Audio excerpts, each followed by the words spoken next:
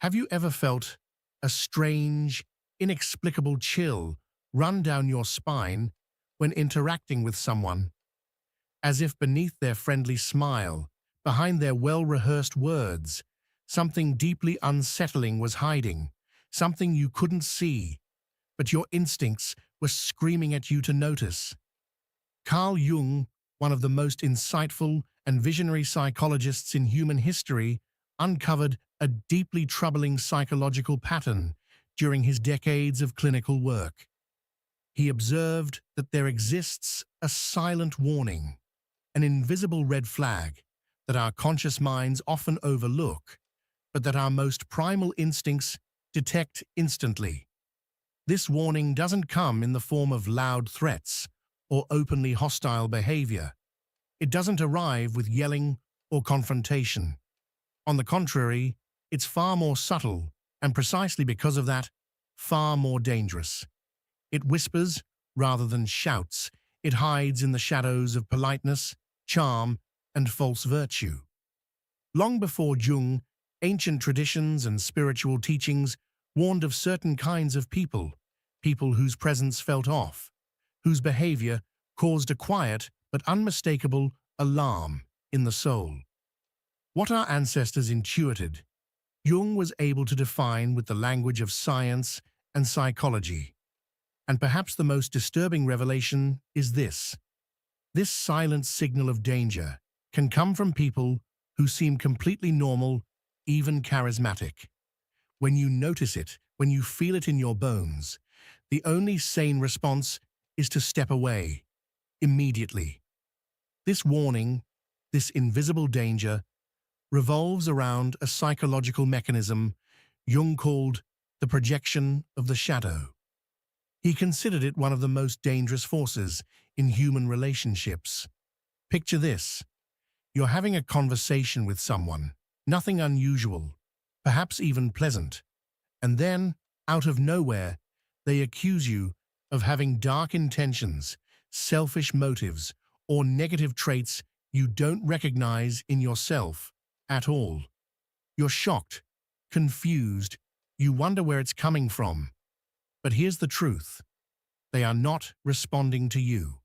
They are responding to a distorted version of you that lives in their own mind, a version shaped by their unresolved internal conflicts.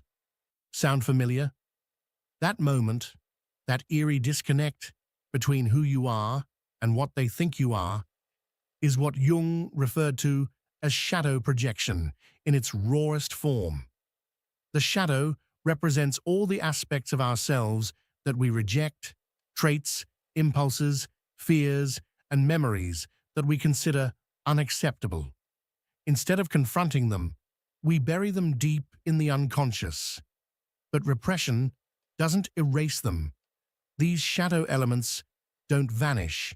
They simply gather strength below the surface, waiting to erupt. And when someone hasn't done the inner work to face and integrate their own shadow, they inevitably begin to see it in others, not as a choice, but as an unconscious compulsion.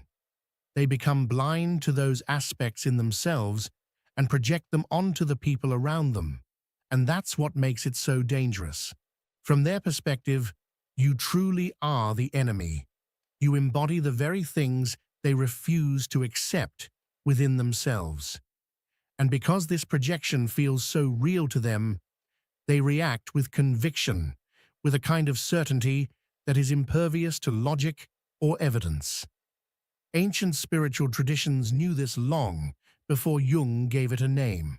In Buddhism, there's the metaphor of the darkened mirror, where one's own inner impurities are reflected outward, appearing as if they belong to others. In Christian teachings, we find the image of someone obsessing over the speck in another's eye while ignoring the log in their own. The theme is universal. The human mind has a tendency to see in others what it cannot bear to see in itself. But what's even more disturbing is this. The person projecting their shadow truly believes their distorted view of you is real. They're not consciously lying or manipulating.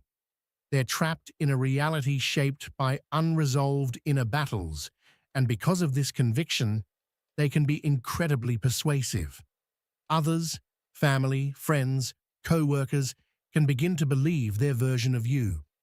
Modern neuroscience has confirmed what Jung understood intuitively. Our brains are wired to confirm our existing beliefs. We don't see reality as it is. We see it through filters created by our past experiences, traumas, and internal narratives. But when someone is projecting a massive amount of unintegrated shadow material, these filters become complete distortions. Reality bends to fit their psychological needs. Author and Jungian analyst Robert Johnson once described this phenomenon as wearing glasses that distort everything you see, except you don't know you're wearing them. That's how projection works. Invisible to the one projecting, but painfully obvious to those on the receiving end. So how can you recognize when someone is projecting their shadow onto you?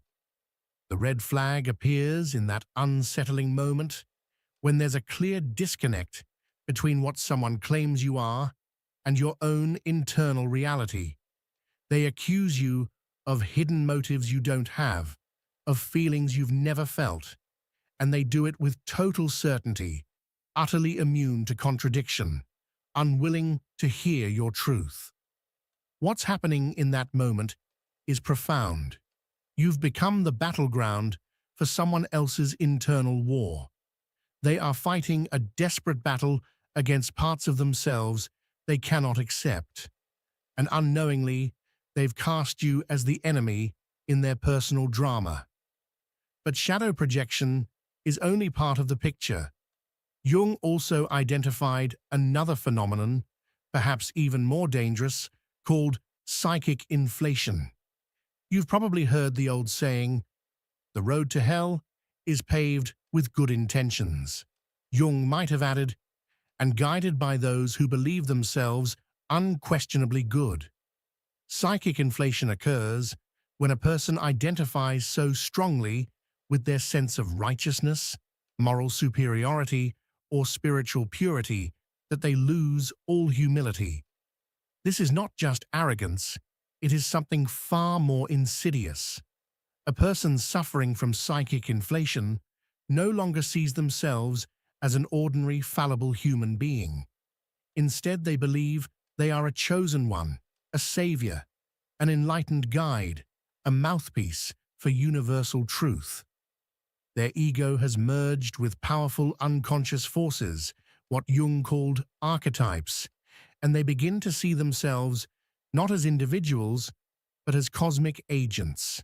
They don't have opinions. They deliver truths. They don't make mistakes. They are beyond reproach. This phenomenon has been warned about for centuries. The German mystic Meister Eckhart spoke of it as the most subtle trap on the spiritual path, the point where the seeker mistakes themselves for the divine. In Zen Buddhism, it's referred to as the Zen sickness, a delusion born from spiritual pride. The Sufi mystics call it the veil of light, even more dangerous than the veil of darkness, because it's harder to see, harder to resist. The unmistakable sign of psychic inflation is this: the person never questions their own motivations. While every true spiritual master, from the Buddha to Jesus to Socrates, expressed humility and reverence for the mystery of existence, those inflated by ego exhibit the opposite. They are utterly certain. Their beliefs are absolute. Their way is the only way. And here's the twist. This state of being can generate incredible charisma. When someone speaks with unwavering certainty, with an air of divine authority, people listen. People follow. This is why inflated individuals often become leaders, influencers, even gurus. But beneath that shining confidence lies a dangerous illusion, the illusion of infallibility. Jung's message was not one of paranoia, but of awareness. He didn't tell us to fear others, but to recognize the patterns within ourselves and in those around us that lead to suffering and destruction.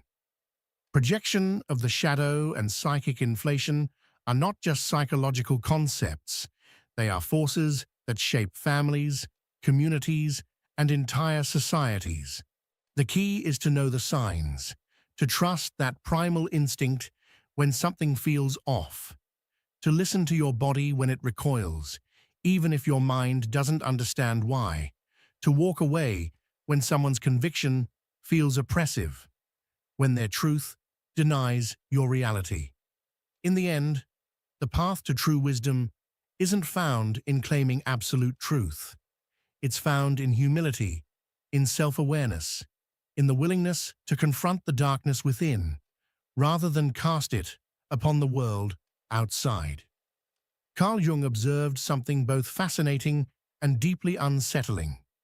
Individuals suffering from severe psychic inflation, a condition where the ego becomes fused with powerful unconscious archetypes, often draw around them groups of loyal, even fanatical followers.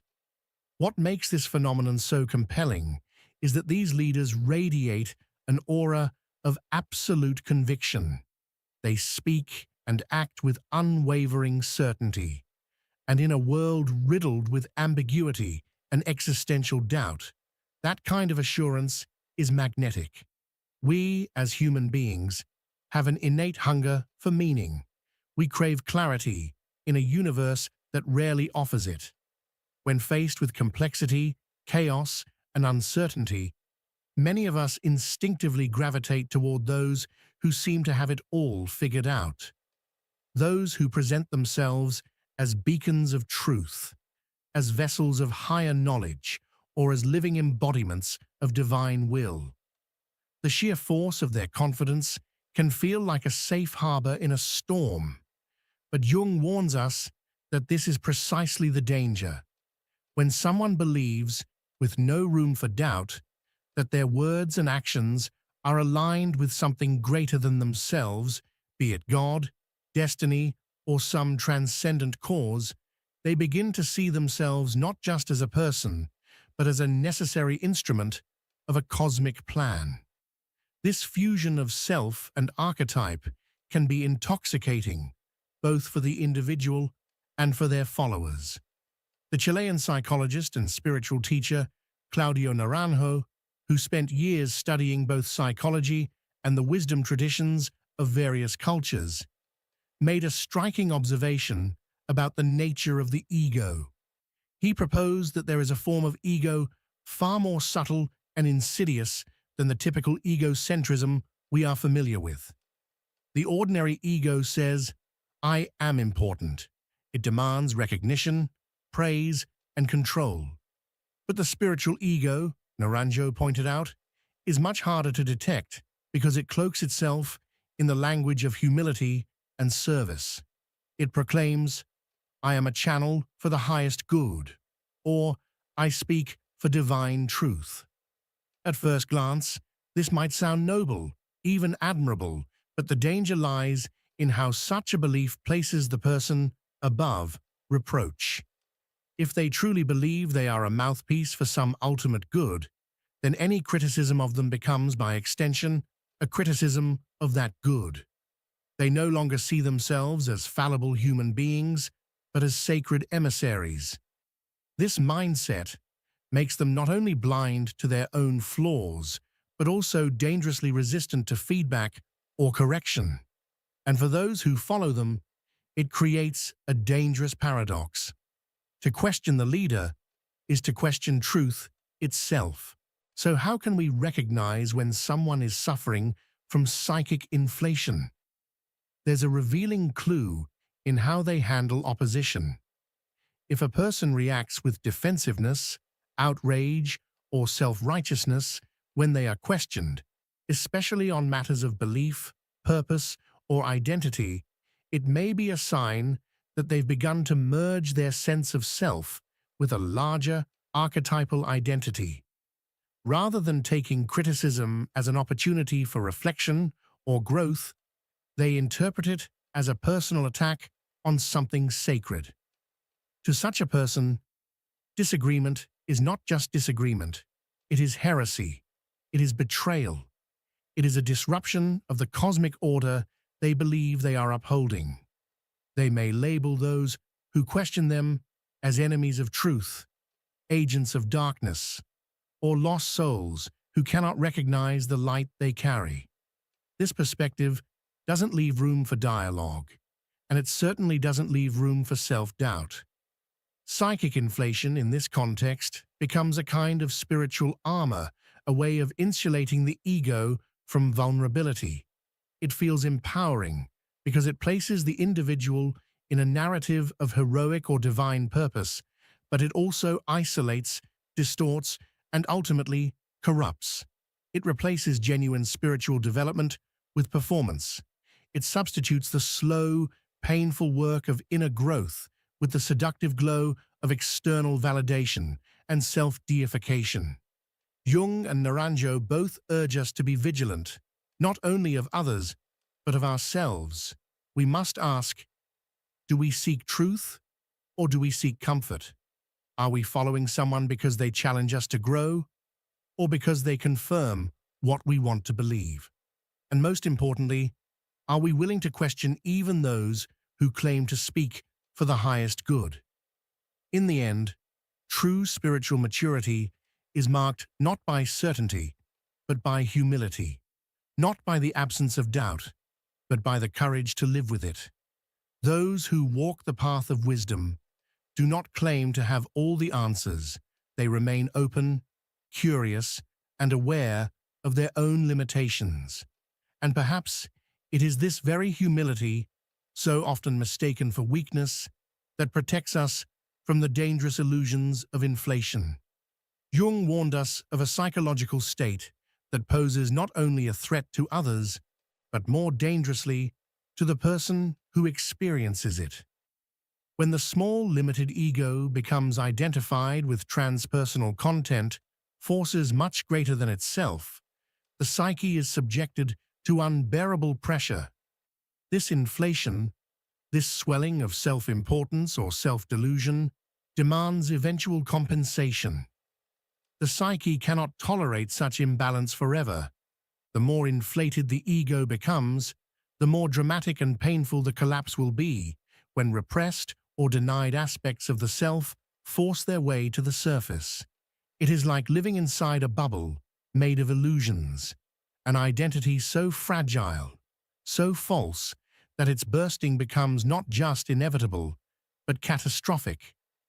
At the heart of this condition lies the total identification with the persona, the social mask, the carefully constructed image presented to the world. Imagine someone who becomes not just adept at playing a role, but completely absorbed by it, someone who has become the mask. What could be more unsettling than encountering a person who, at every moment, in every interaction, mirrors back exactly what you expect? No surprises, no contradictions, no human flaws, just a flawless surface. Jung observed something profoundly disturbing in certain individuals, people whose social adaptation was so impeccably refined that it eradicated all rough edges, all inconsistencies, all spontaneity. They had become so perfectly social that they were no longer truly human. This mask, this persona, a term Jung borrowed from the ancient Greek theater, becomes not just a tool for interaction, but a warning sign. It is a red flag that our instincts often notice long before our conscious mind can articulate the reason behind our discomfort.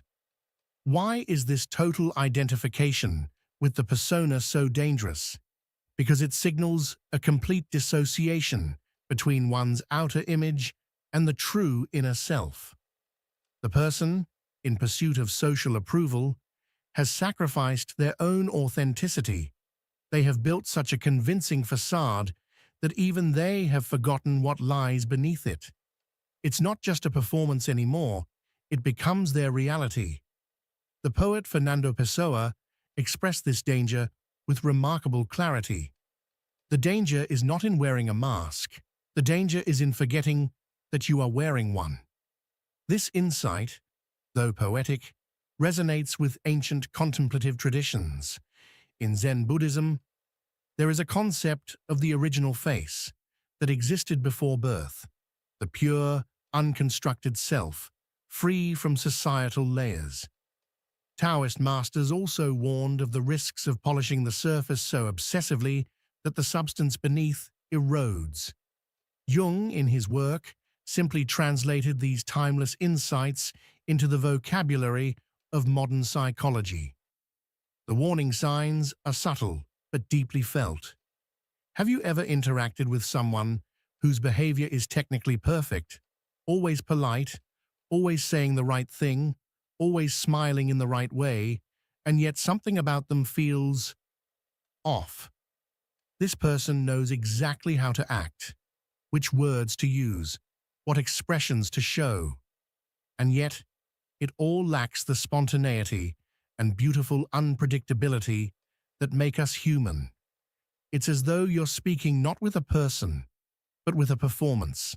James Hollis, a Jungian analyst, remarked that such flawless social adaptation often hints at an equally vast emptiness within.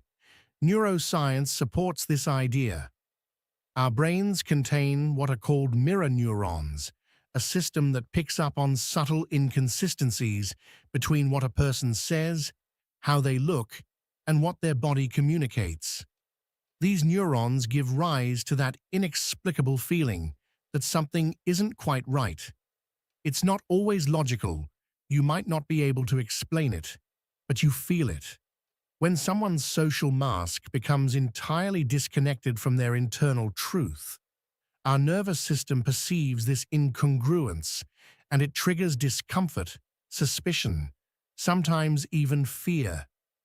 The true danger, however, lies not in how this affects us, but in what it reveals about the person behind the mask.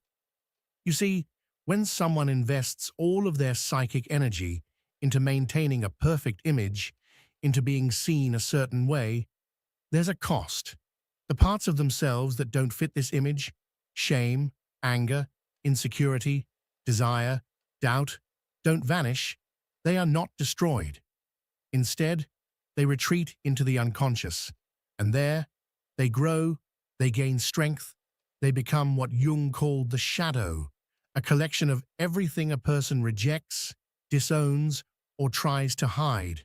And the more rigid and artificial the persona becomes, the more explosive the shadow will be when it finally emerges, because it will emerge. It's not a question of if, but when. And when it does, it doesn't come politely knocking. It breaks through, often through crisis, through breakdown, through acts that seem irrational or destructive. The person who once seemed perfectly composed might suddenly act in ways that are shocking, unpredictable, even dangerous. And the irony is that this eruption is not a departure from who they are. It's a return. It's what was always there, waiting in the dark. This is why Jung emphasized the importance of inner integration, of not clinging too tightly to the persona, of not confusing our public identity with our true self. Because authenticity doesn't mean being flawless, it means being whole. To be human is to be complex, contradictory, imperfect, and evolving. The more we deny this, the more we risk becoming hollow, inhabiting a beautiful mask that hides an inner vacuum. And so, the lesson here is not to discard the persona entirely. After all, we need it. It helps us function in society, but we must remain conscious that it is just one part of us, not the whole. We must remember that behind every smile, every performance, every carefully curated image, there must be a living soul, a self that breathes, a heart that feels, a mind that questions, a being that dares to be real. And only when we reclaim that truth, when we allow the mask to be a tool and not a prison, can we begin the journey toward true psychological freedom. Marie-Louise von France, a close collaborator of Carl Gustav Jung and one of the foremost interpreters of his psychological theories, once made a compelling observation. Those who appear to be perfectly adapted to society, who seem to effortlessly conform to social norms and expectations, often harbor within themselves a shadow that is tightly repressed, compressed like a spring under immense tension. At first glance, these individuals may seem ideal, calm, polite, composed, successful, admirable even. Yet according to von Franz, this apparent perfection masks a dangerous instability. Sooner or later, the repressed aspects of the personality, the shadow, burst forth in unpredictable and often destructive ways. These eruptions are not minor emotional outbursts, but deep psychological disturbances that seem to emerge out of nowhere, taking everyone, including the person themselves, by surprise. This psychological dynamic helps us understand why those who appear to be the most flawless, the most morally upright, or the most socially integrated can sometimes engage in acts of shocking violence, betrayal, or breakdown. Their flawless surface is maintained at the cost of disowning the darker, more instinctual parts of their psyche. But the psyche, Jung insisted, is not something one can trick or silence forever. What is denied internally will find its way to the surface, often through compulsive behavior, dreams, projections, or sudden transformations in character. Jung emphasized that the complete identification with the social mask, the persona, is a profound betrayal of the deeper self, the true center of psychological wholeness.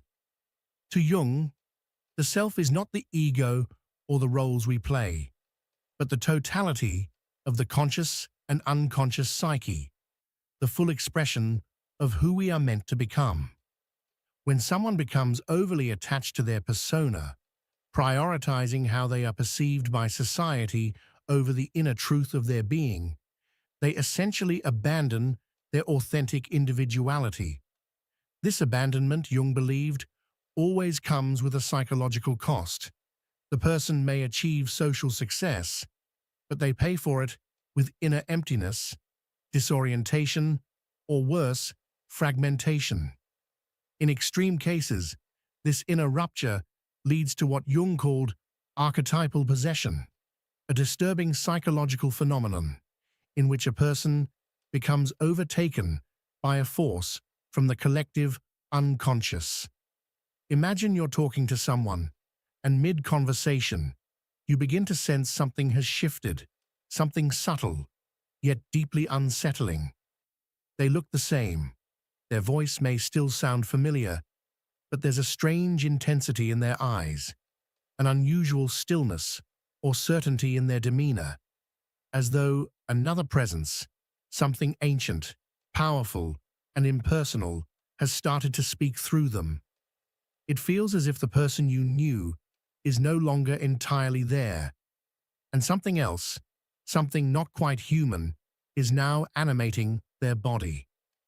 This deeply uncanny experience, recognized across cultures throughout history, is what many traditional societies would describe as spirit possession.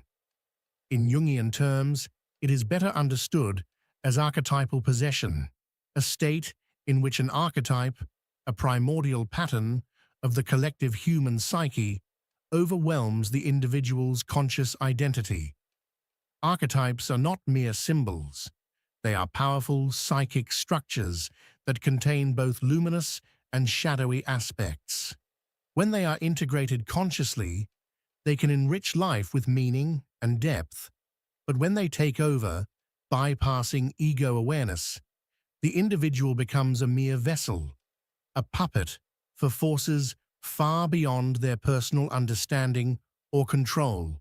Jung was not alone in this understanding. Anthropologists like Mircea Eliade, who studied shamanic traditions around the world, documented that shamans could distinguish between controlled states of spiritual channeling, where the practitioner maintained a degree of conscious participation and uncontrolled states of possession, in which the ego was fully displaced by a transpersonal force. The danger in these latter states was precisely the loss of self, the total submission to a pattern of consciousness that had its own will, its own agenda, and no concern for the well-being of the individual vessel.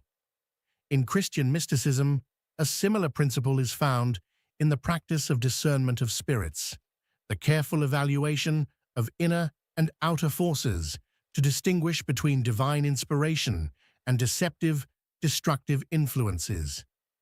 The wise mystic, like the experienced shaman, or the trained analyst, learns to detect the subtle signals that indicate whether a psychological state is expanding the soul or consuming it.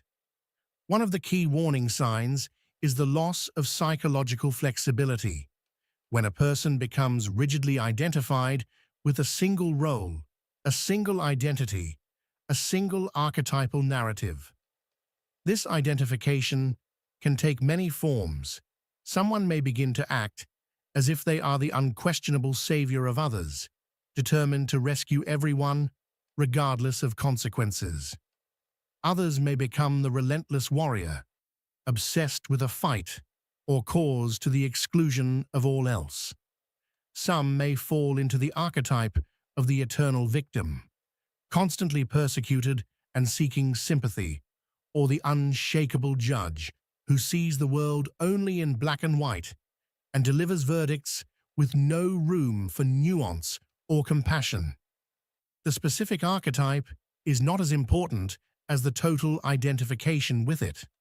Once the person fuses their identity with this archetypal role, they lose the capacity for introspection, for humor, for humility. Their voice takes on a monotonous certainty. Their eyes seem to shine with an eerie light, and most disturbingly, you sense that the person is no longer fully present, something else has taken over. As Jungian analyst Robert Moore noted, in such moments, you are no longer interacting with a whole human being. You are encountering a fragment, an autonomous complex or archetype that has seized control of the individual's psyche. Modern neuropsychology has begun to uncover the biological correlates of these altered states. In certain moments of trance, religious ecstasy, or psychosis, the brain's default mode network, which is associated with the sense of self, shows reduced activity, while regions involved in mystical and transpersonal experiences light up with intensity. These states can be profoundly meaningful when approached within a structured ritual or therapeutic setting, but when they occur spontaneously, without context or containment, they can lead to psychological disintegration, delusion, or even violence. What makes archetypal possession so particularly dangerous is that it comes with a powerful sense of clarity and purpose. Ordinary consciousness is full of doubt, ambiguity, and contradictions, but when someone is under the influence of an archetype, those doubts vanish. They speak and act with absolute conviction. They feel guided by a higher purpose. This certainty can be dangerously persuasive, drawing others into their narrative and amplifying the influence of the archetype even further. To the untrained eye, it may seem like this person has finally found themselves, discovered their mission, or become fully awakened. But to those who can see more deeply, what's actually happening is a profound loss of individuality, a merging with a collective pattern that overwhelms the personal soul. In the end, Jung's work invites us to strive not for perfection or rigid clarity, but for wholeness, a state in which we integrate both light and shadow, both persona and self, both the conscious ego and the vast realm of the unconscious. To do this, we must remain humble, attentive, and committed to the ongoing process of self-discovery. And we must remember that true psychological strength is not found in certainty, but in the courage to face and integrate the unknown. Carl Jung observed with deep concern how political and religious leaders, under the grip of what he described as archetypal possession, could mobilize and manipulate mass movements not through logic or reason, but through a kind of overpowering certainty, one that felt beyond the human. These individuals spoke and acted as though their convictions came not from within themselves, but from a divine or absolute authority.